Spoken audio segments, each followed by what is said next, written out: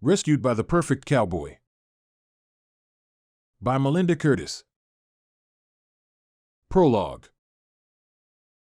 As for my grandchildren, there is hope for their moral fiber. But only if they break free of the influence of my 4 failures and learn there is more to life than the bottom line. To that end, I leave the town of Second Chance, Idaho, to my grandchildren. Harlan Monroe. Father of 4, grandfather of 12. Last Will and Testament. Chapter 1. Sophie Monroe was cold. Her fingers. Her nose. Her toes. All as cold as ice. There's more to life than a working heater, Sophie mumbled. Since coming to Second Chance, Idaho, Sophie had taken to talking to herself. Well, that's what her twin brother Shane said. From Sophie's perspective, she was talking to her dearly departed grandpa Harlan, without whom she wouldn't be in Second Chance. There's more to life than a high-rise apartment in Philadelphia. This is more fun than school, her son Andrew said. It wasn't a believable statement given he was 4 and hadn't been to school. Way more fun, Alexander, his twin brother said. The 2 boys were playing in a corner of the unheated log cabin Sophie was trying to clear. In the olden times, it had been a trading post. The boys were out of sight behind a wall of boxes she'd stacked days earlier. Sophie considered it a wise choice since the boxes blocked the chilly gusts that whipped through the mountain cabin every time someone opened the front door. They'd been entertaining themselves for nearly an hour with something that occasionally groaned like 2 metal bars being pried apart. Boys? Show me all your fingers and toes, Sophie commanded, turning to their corner. They scurried into sight, giggling and wiggling their fingers. They looked angelic, bundled up in yellow jackets and gray knit caps with their broad grins and dirt-smudged faces. You're not doing anything you shouldn't, right? Sophie asked, because she may love her sons, but she knew them too well. No, they chorused, not entirely believably given they exchanged mischievous glances. But there was no blood or broken merchandise to suggest otherwise. Carry on. Sophie returned her attention to the assortment of 118 model cars circa the 1960s. The small cars were in pristine condition. The doors opened and closed. The wheels spun. These weren't made for toddler boys to play with. The boys returned to their hidden playground unaware of her find. Shane, Sophie's twin brother, opened the door to the cabin, letting in the wintry wind. How's it going in here? Good. Sophie closed the box with the small cars, wrote a description on the top flap and set it on the stack behind her. She planned to sell collectibles inside the trading post when she opened in a few weeks, and the cars would definitely make the cut. Shut the door. Sophie righted her glasses, which had slipped down her nose, and tried to get her fingernail underneath the tape sealing the next box. Her cold fingers moved sluggishly. Shane navigated the winding path between stacked boxes from the door to Sophie. Did you take a break? This place looks the same as when I was in here earlier. There are still boxes everywhere. I've gone through those 3 stacks of boxes.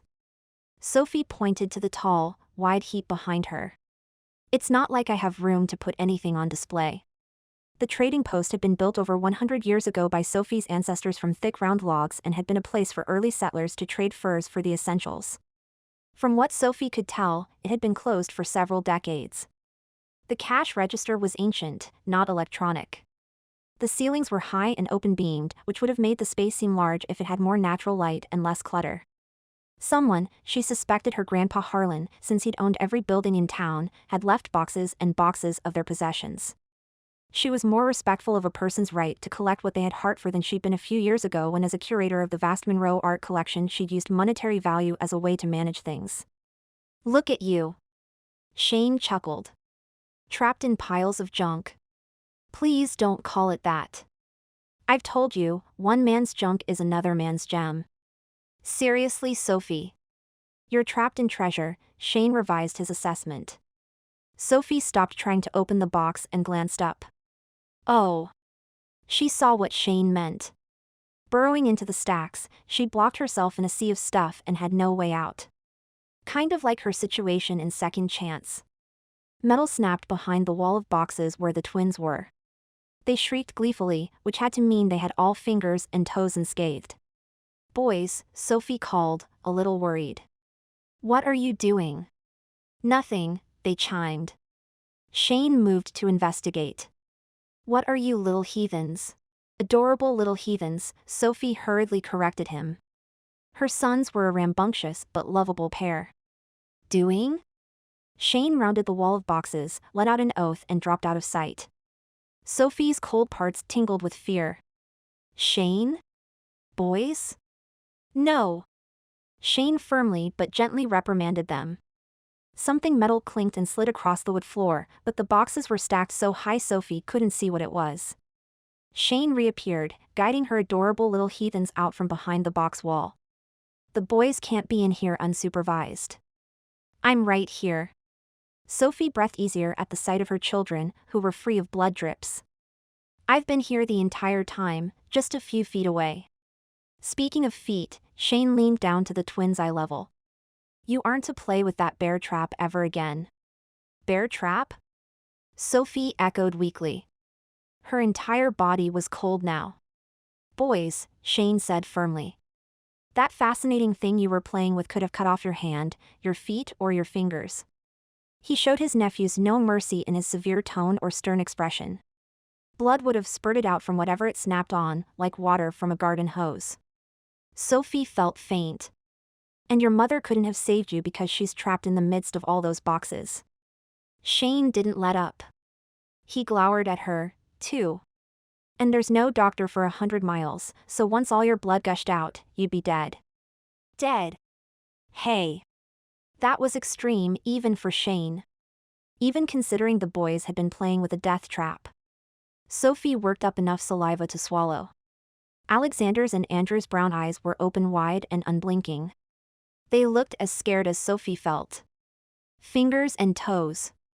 They were all accounted for, thankfully. Can you imagine going through the rest of your life without your twin?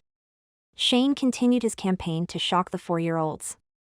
Can you imagine going through the rest of your life never talking to your brother again? Surprisingly, I can, Sophie said sharply. Enough already. That is enough for one day.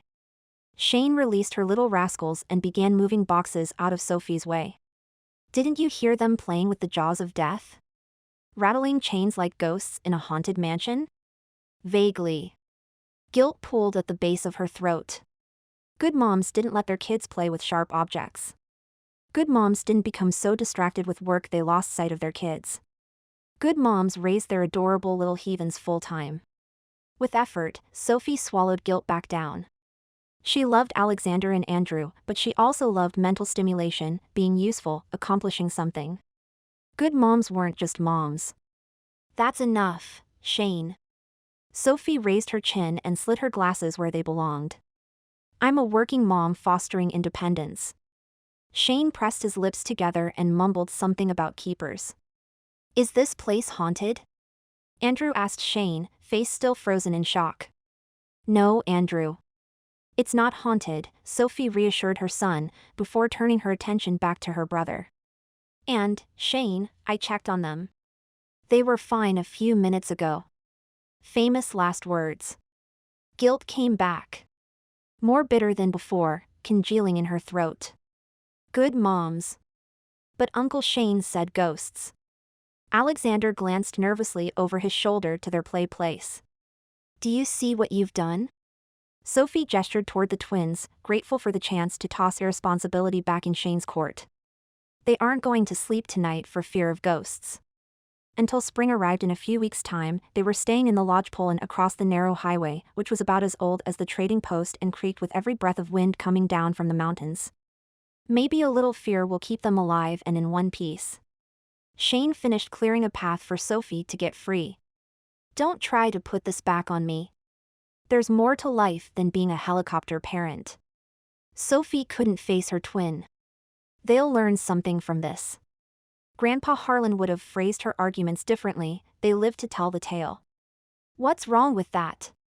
She'd heard him say that to her father often enough when she was a kid. But no matter what arguments Sophie made with herself, Shane was right. She'd endangered her children. And she couldn't let it happen again.